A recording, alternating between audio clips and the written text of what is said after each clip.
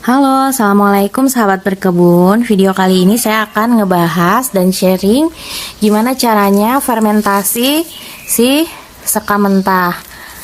Yang mau tahu manfaat sekam nanti akan saya simpan linknya di description box. Sahabat bisa nonton dulu karena manfaat sekam ini banyak banget. Cuman si sekam mentah ini emang punya kelemahan. Kalau mentah-mentah kayak gini langsung kita pakai, dia itu emang gampang banget berjamur. Nah, tapi kalau ada yang nanya harus difermentasi atau enggak, jawabannya enggak harus ya, karena saya juga sering langsung pakai yang mentah untuk diaplikasiin ke tanaman. Cuman kalau untuk tanaman hias, memang kalau pakai sekam mentah dia kurang bagus karena gampang berjamur. Tapi kalau untuk tanaman edible sejauh ini sih saya aman-aman aja. Nah, di sini saya punya sekam yang udah saya fermentasi. Ini saya campur sama kokopit dan ini hasilnya jadi bagus banget. Kalau diaplikasiin ke tanaman enggak gampang jamuran dan tanamannya jadi subur banget. Karena kalau sekam yang sudah difermentasi, dia kandungan gizinya akan semakin meningkat. Jadi otomatis bagus. Nah, nanti di sini saya akan sharing gimana caranya fermentasi sekam yang paling gampang. Karena sebenarnya ada banyak cara yang bisa kita pakai. Cuman saya pakai cara yang termudah dan udah saya praktekkan sendiri. Hasilnya seperti ini. Sekamnya jadi tuh, kalau saya remas, sekamnya jadi nggak tajam lagi karena dia udah sedikit melunak dan nggak ada baunya lagi, nggak ada bau sama sekali. Terus ini jadi bagus aja sih untuk diaplikasiin ke tanaman. Nah, kebetulan di sini saya sekamnya saya campur sama kokopit. Sahabat boleh campur apapun pada saat fermentasi. Bahan organik ya, boleh pakai daun kering, boleh pakai andam, boleh pakai pakis caca, itu terserah. Atau mau pakai full sekam juga boleh. Nah, di sini saya campurnya pakai kokopit gitu. Jadi menyesuaikan bahan yang ada di rumah aja ya. Oke, sekarang langsung aja kita praktek. Nah, untuk alat dan bahannya yang wajib banget itu adalah E4. E4 ini adalah bakteri fermentasi. Jadi dia bakteri baik. Dia itu yang akan menguraikan zat-zat organik supaya nanti lebih bergizi dan lebih aman untuk dipakai. Nah, ini E4-nya warna kuning ya, yang untuk pertanian. Atau nanti saya simpen linknya di description box, belinya di mana. Terus air, di sini saya pakai kurang lebih 1 literan. Nah, selanjutnya ada gula. Di sini saya pakai gula putih. Kita pakai cuma sedikit nanti, cuma 1 sendok. Sahabat juga bisa pakai gula merah. Si gula ini untuk makanan si bakterinya ini ya, supaya bakterinya bisa bekerja dengan baik. Terus di sini saya juga pakai sprayer, tapi sprayernya nggak wajib, bisa di skip. Tapi kalau saya lebih suka pakai sprayer nanti pada saat menyemprotkan. Nah, sekarang kita bikin larutan untuk fermentasi si sekamnya.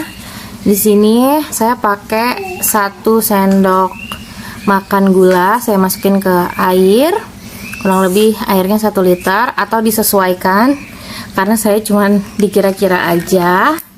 Terus ini E4 nya kita pakai kurang lebih 1 tutup botol aja. Oke, ini E4 nya saya pakai 1 tutup botol penuh. Nah, setelah ini kita bisa aduk airnya sampai gulanya larut ya. Setelah itu siap kita gunakan. Nah, sahabat juga bisa bikin sendiri sebenarnya ya. Si E4 ini banyak banget caranya, silakan googling. Tapi untuk bikin sendiri itu sangat memakan waktu, jadi lebih baik beli aja. Nah, ini aduk ya sampai gulanya itu benar-benar larut. Nah, selanjutnya ini cairannya udah saya masukin ke sprayer. Langsung aja siapin bahan yang mau kita fermentasi. Di sini saya mau fermentasi full sekam. Kita harus nyiapin wadah yang nantinya akan kita tutup rapat. Karena saya nggak ada ember dan nggak ada wadah khusus, saya pakai kantong plastik. Nggak apa-apa, bisa pakai kantong plastik. Yang ada aja bahannya di rumah ya. Nah, selanjutnya kita tinggal spray cairannya ke si sekamnya. Di spray yang rata. Nah, kalau udah spray sambil kita aduk. Kita aduk supaya lebih rata lagi. Terus kita semprot lagi cairannya. Gitu seterusnya sampai si sekamnya ini benar-benar basah sama cairan ini. Tapi jangan sampai tergenang ya air ininya. Jadi hanya sampai basah aja sekamnya, jangan sampai tergenang. Sebenarnya kalau mau lebih rata lagi, sekamnya digelar dulu di tempat yang luas supaya lebih gampang ya. Cuman karena ini saya udah terlanjur masukin ke kantong, males lagi ngeluarinnya, ya udah gini aja. Tuh, ini yang belum kena cairan, yang belum basah kita semprot. Pokoknya sampai semuanya rata.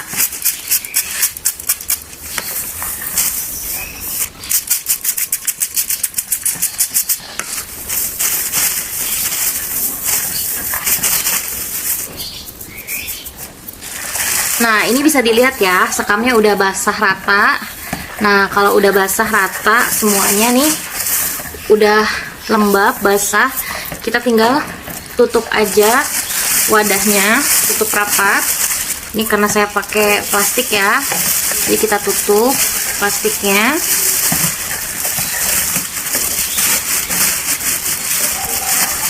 Jangan sampai ada celah ya, tutupnya ya, yang rapet. Nah, kalau udah ditutup kayak gini, kita tinggal simpen sekamnya di tempat yang tidak kena sinar matahari langsung. Nah, si sekam ini kita simpen sampai dia terfermentasi dengan sempurna. Ciri-cirinya apa kalau dia terfermentasi? Ciri-cirinya kayak yang ini nih, yang udah jadi. Dia nggak ada baunya sama sekali. Jadi sahabat bisa cium dulu nih wanginya sekam mentah kayak apa. Nah, jadi nanti pas dia udah jadi, kalau kita cium ini udah nggak kecium bau apapun. Itu tandanya udah terfermentasi dengan sempurna. Terus ciri yang kedua, biasanya si sekamnya tuh warnanya jadi lebih gelap. Tuh bisa dilihat kan, ini warna sekamnya gelap, nggak secerah si sekam mentah. Terus kalau kita genggam, biasanya si sekamnya jadi lebih lunak, nggak setajam-tajam si sekam mentah. Ini bisa dibuka sesekali ya. Kita buka sesekali untuk ngecek udah jadi atau belum. Nah, kalau saya sih ini saya simpen kurang lebih 2 minggu sampai akhirnya dia terfermentasi dan siap digunakan. Oke, terima kasih sudah menyimak video ini. Semoga bermanfaat. Happy gardening. Wassalamualaikum.